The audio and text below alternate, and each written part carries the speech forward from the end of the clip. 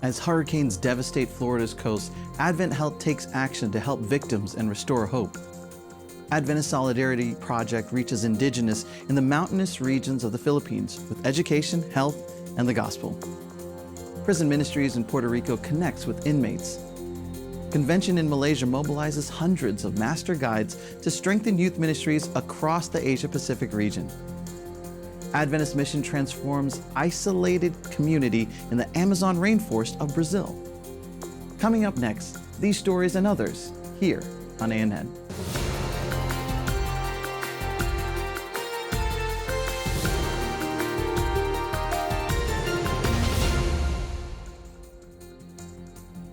The Master Guides Convention in Malaysia gathered 750 leaders dedicated to strengthening youth ministries across the southern Asia-Pacific region. Under the theme, Rebuild the Altar, this event featured moments of reconnection with God and practical training focused on discipleship and Christian service. Participants were equipped to lead and support their peers, fostering spiritual growth and a commitment to the mission of spreading the gospel.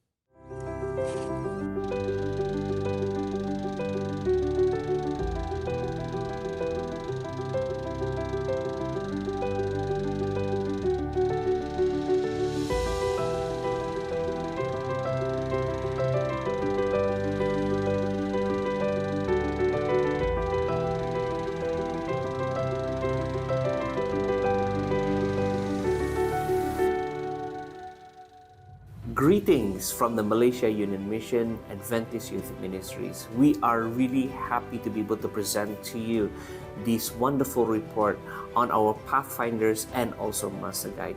Now, we pride ourselves on the active participant of the Master Guides and also the Pathfinder here in Malaysia. The reason why is because it is due to the hard work of our predecessors who have actually worked very hard in training and dedicating their time in making sure that our young people are well prepared to become servants of the Lord. Since the establishment of the Malaysia Union Mission, we have conducted various activities for the Pathfinders and Master Guide. We continuously conduct trainings to help our Master Guides to be well acquainted with the current curriculum, which is actually the club ministry training, as well as also conducting few events like small Pathfinder camporees in each of the local churches. And the reason why we are doing this is because we want to reach out to as many local people around those churches that will be interested to join Pathfinders. So during World Pathfinder Day, our local churches will go out and do community services as well as also conducting services in their local churches. Our very first Pathfinder camporee, which was attended by almost close to 2,000, even not more than 2,000 participants, who were registered and even some who actually just walked in. Now, we accommodated everyone, we had challenges, but then praise the Lord, all events and everybody was actually enjoying themselves during the particular event. So let me just show you a little bit of highlights from the video that will be presented right after this. 14 regions from the Sabah Mission, 1 contingent from the Sarawak Mission, and 1 contingent from the Peninsula Malaysian Mission participated in the parade. Receiving the March Past salute were the VIPs, church leaders, and guests who were dressed in their Master Guide A1 uniform.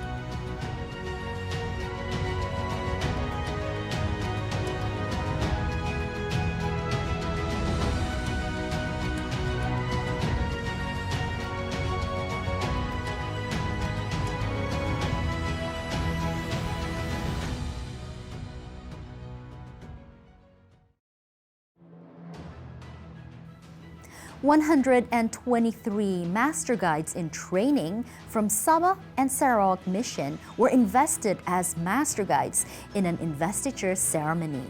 The Pathfinders, MITs, and Master Guide proudly donned their uniforms during this formal occasion during the camporee.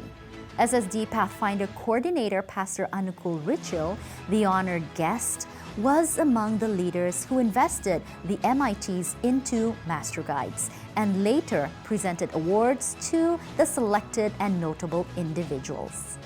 Among the awards presented were the Good Conduct Ribbon, the Long Service Award, Bronze Wings, the Meritorious Service Award, Silver Wings, and the Distinguished Service Award, Gold Wings.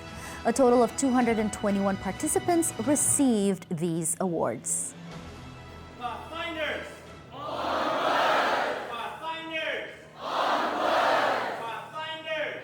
Onward! As a result, these committed and inspired master guides are now ready to lead new generations to become disciples of Christ and to make a significant impact on the world with the message of His love. Imagine facing two devastating hurricanes just weeks apart. That's exactly what AdventHealth went through. First came Hurricane Helene, leaving destruction behind. Then, before recovery efforts were even complete, Hurricane Milton struck. But through the chaos, something extraordinary happened. Described as something as a once-in-a-century storm. And the preparation, the selfless service, what I have seen in terms of people stepping up in ways that was not in their job description, but simply was an expression of their heart and expression of themselves, that will be my memory of Milton. With 30 hospitals and more than 70,000 team members across Florida, AdventHealth sprang into action. As Hurricane Milton grew into a powerful Category 5 storm, staff worked tirelessly to keep hospitals running. Inside, teams were performing surgeries, delivering babies, and making sure that patient care didn't stop. It brought out the best of the human spirit. It brought out the best of individuals across AdventHealth to put down their own selfish interest and to serve others, and that will be my memory of Milton. Even after the storms passed, AdventHealth's efforts continued. They helped raise over $500,000 for hurricane relief and offered free virtual medical visits to assist those impacted by the disaster. What I have seen in terms of people stepping up in ways that was not in their job description, but simply was an expression of their heart and expression of themselves.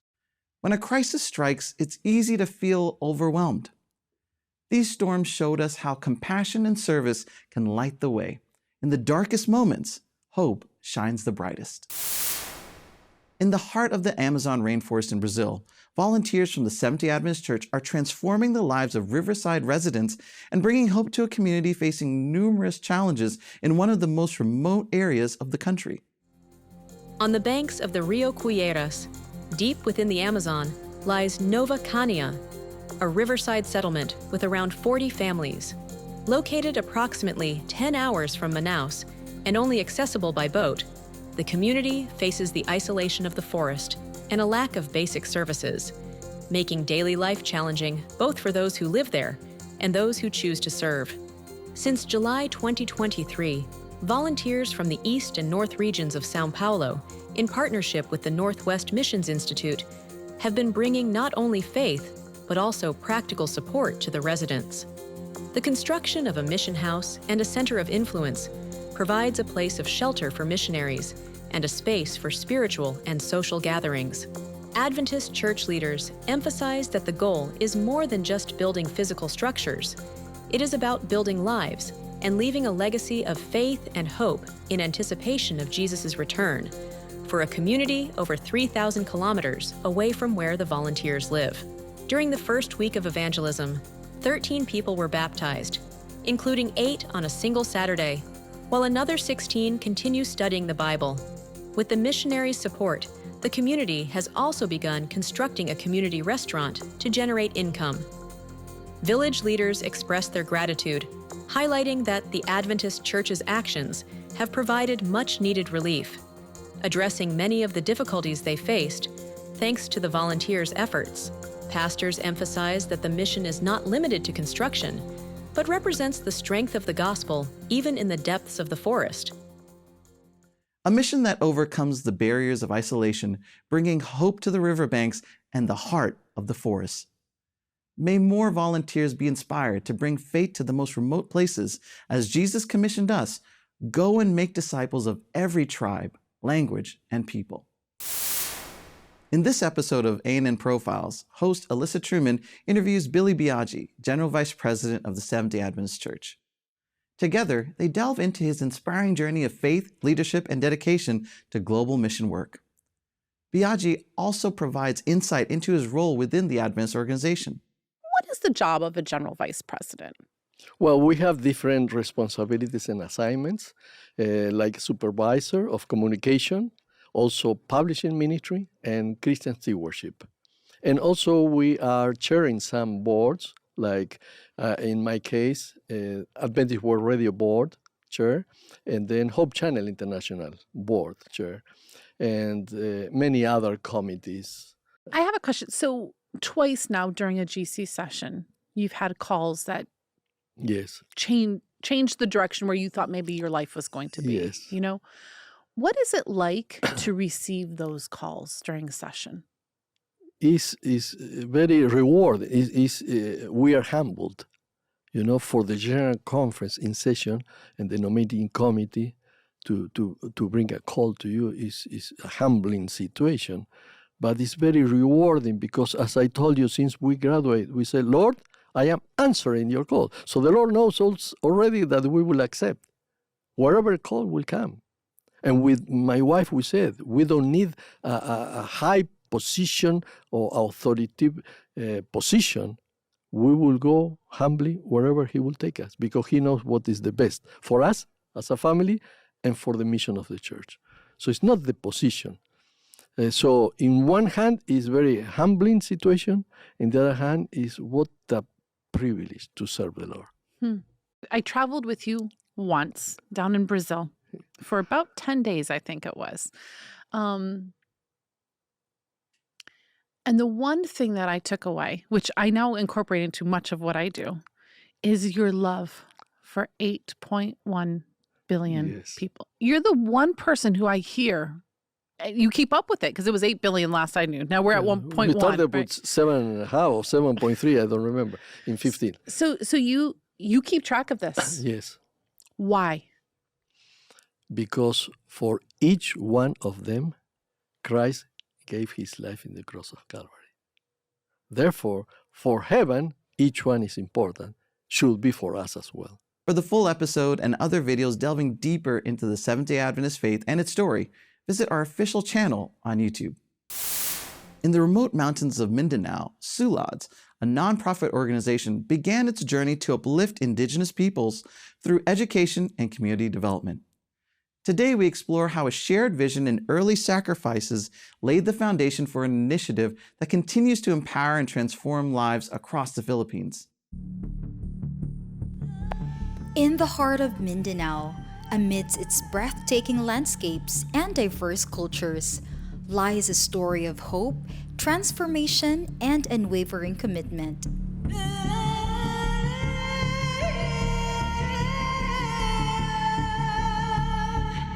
This is the story of SULADS.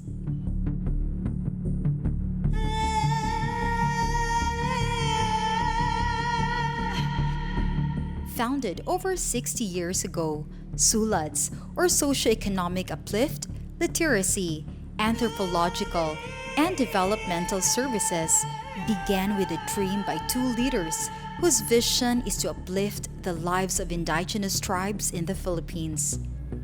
The beginning of the SULADS work is similar to what we call the Peter and Cornelius experience in Acts chapter 10. Peter received a vision and Cornelius was given a vision. So there were two parties who were given the same vision related to what work was going to start. The characters involved is Dato, Tibalawan, and Sumbog of Dampaan. That is a remote place in central Bukidnon, up there in the hinterlands, the Manubo chieftain.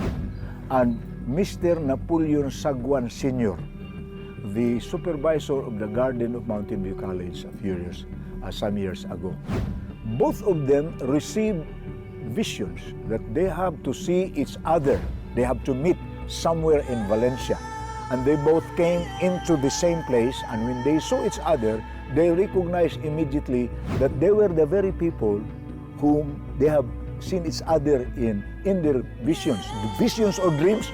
Then the matter was brought to the attention of Elder James Zachary that there is a tribe of Manubo people in the mountains who are requesting to build schools to educate the children. American missionaries from Mountain View College, including Elder Zachary, Dr. Lewis, and Mr. Christensen, worked with local staff to fundraise and send student missionaries to teach about Christianity in the mountainous regions of Bukidnon, Philippines. In 1970s and 1990s, the missionary program expanded to San Fernando, Valencia, and Quezon in Bukidnon. 8 mission schools were established in these areas, including Durian, Bulalang, Dao, Balaas, Usarayan, Mahayag, Santo Domingo, and Dampaan. So I went there in 1975. So in 1975 to 1976, I was the missionary in Dampaan and sa Lumayag Mission School. Two mission school, I was only one because we don't have money during the time. The financial statement was really down. Well, the challenges during that time was very physical challenges. Was, you know, they were almost naked, the manobos, and they do not know, say, health practices, no latrine, no CR, nothing.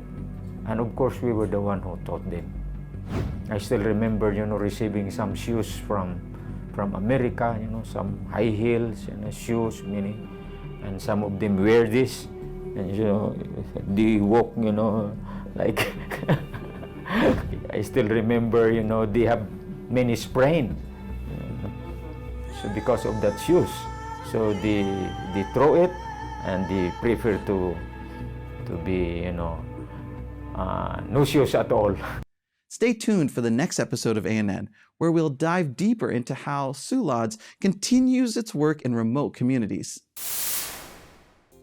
The Change the Story campaign by ADRA Romania fights domestic abuse, promoting awareness, emotional support, and direct involvement to transform lives and advocate for healthy relationships.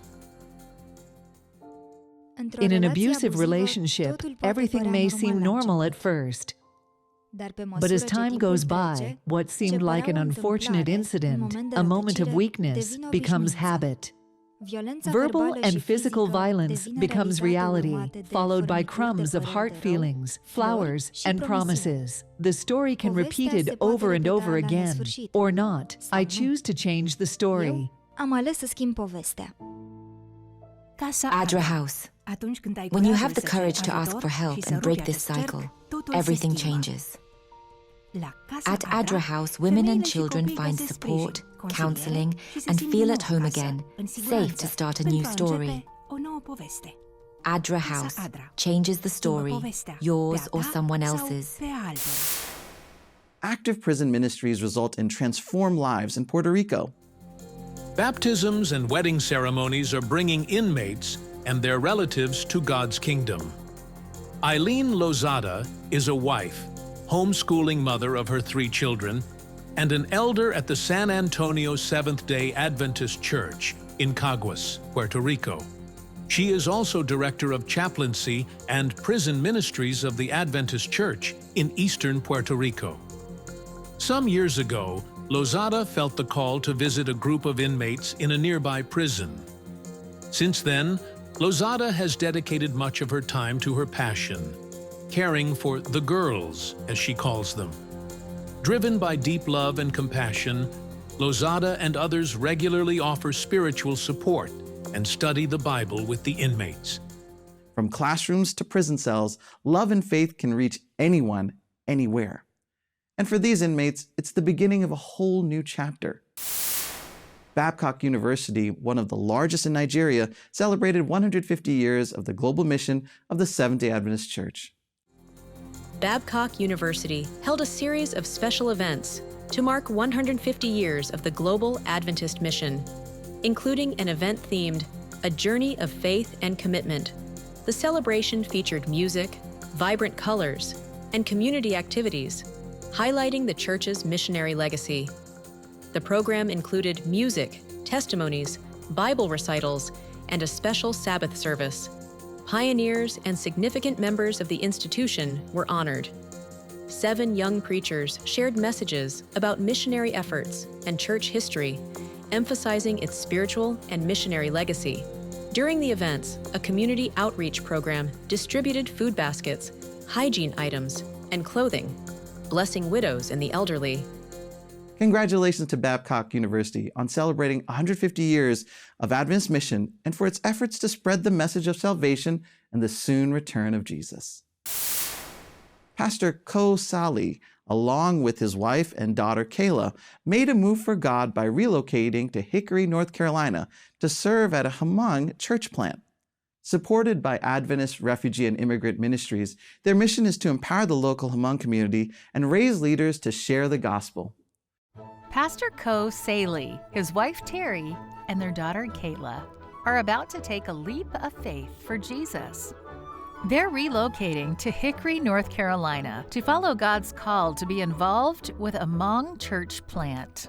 Pastor Ko is a Hmong pastor originally from Thailand, and Terry coordinates Adventist Refugee and Immigrant Ministries in North America. The Adventist Refugee and Immigrant Ministries was launched in 2009 by the North American Division. 2 years later, the 2011 13th Sabbath offering gave it a real jump start with church planting. It allowed a team of church planting consultants from 12 language groups to visit and encourage scattered groups of recently resettled refugee families. Our very early goal in reaching other cultures should be to find the people that God has called and empower them to reach their own people. These consultants organized groups into church plants, mentored their leaders, and connected them with local conferences. They were effective at it, they were respected. People were drawn to God as a result. They were usually church planting effectively, successfully wherever they went. And they also felt a calling to reach their people. With the help of the Holy Spirit, the work began to grow rapidly. The number of language groups doubled. The number of refugee congregations tripled from 57 to 179. Membership quadrupled, and both annual baptisms and tithe grew 8-fold. Once they were organized into church plants, they soon began serving their communities. The 13th Sabbath offering enabled us to provide a little travel budget to enable them to go and plant churches in areas where there were no churches, where they had already begun reaching people. They were able to go and minister, plant churches among small groups, and then they were able to reach their communities, and the work just grew and expanded beyond what I ever would have dreamed. Pastor Ko Sali has planted 3 Hmong churches so far and is facilitating the planting of a 4th. When we start working with the Hmong here in the U.S., it's very challenging because once we become Christian, most of the people, the family will disfellowship you. They consider you as an outcast. They disown you. And so unless we build a support system, it's very difficult for someone to leave their culture, their family. Pastor Ko has created a global Hmong network, creating key Hmong Adventist leaders and members from every part of the globe. These leaders take turns leading weekly worship times. As the Sali family moves to Hickory, their dream is to establish a church in Hickory and another one in the nearby city of Charlotte. But the second goal, we want to establish a Hmong center, a training center, a place where we can equip our leaders, not just across the country, but we're hoping to be able to do a place where we can train leaders worldwide. And so that would be our dream and our goal. Pastor Ko, Terry, and the refugee churches across the North American Division are grateful to you, who through your generous 13th Sabbath offering have helped to make all this possible. Many churches have started because of the 13th Sabbath offering. And so the work among refugees now have gone way beyond what we imagined when we started in 2009. Please pray as the work among immigrants and refugees continues. Pray for the Saleh family as they plant churches in North Carolina. Let's contribute to this and other global initiatives by making a special offering for the 13th Sabbath. For more inspiring mission stories, visit AdventistMission.org. With these stories, we conclude this week's episode of ANN. Join us next week for more news from the headquarters of the Seventh-day Adventist Church. Did you know the Seventh-day Adventist Church has a YouTube channel where you can watch other amazing videos? Just go to YouTube and search for the Adventist Church. Make sure you click the subscribe button so you never miss a new video. Leave a comment or a prayer request. We have a team dedicated to praying for you 24 hours a day, 7 days a week. Before we say goodbye, we'll leave you with some good news from the book of Psalms, chapter 37, verse 4. The text says, "Delight yourself also in the Lord, and He shall give you the desires of your heart." And remember, you can always visit Adventist.news for daily news and videos. Until next time, when we will have more news of faith, love, and hope. God bless.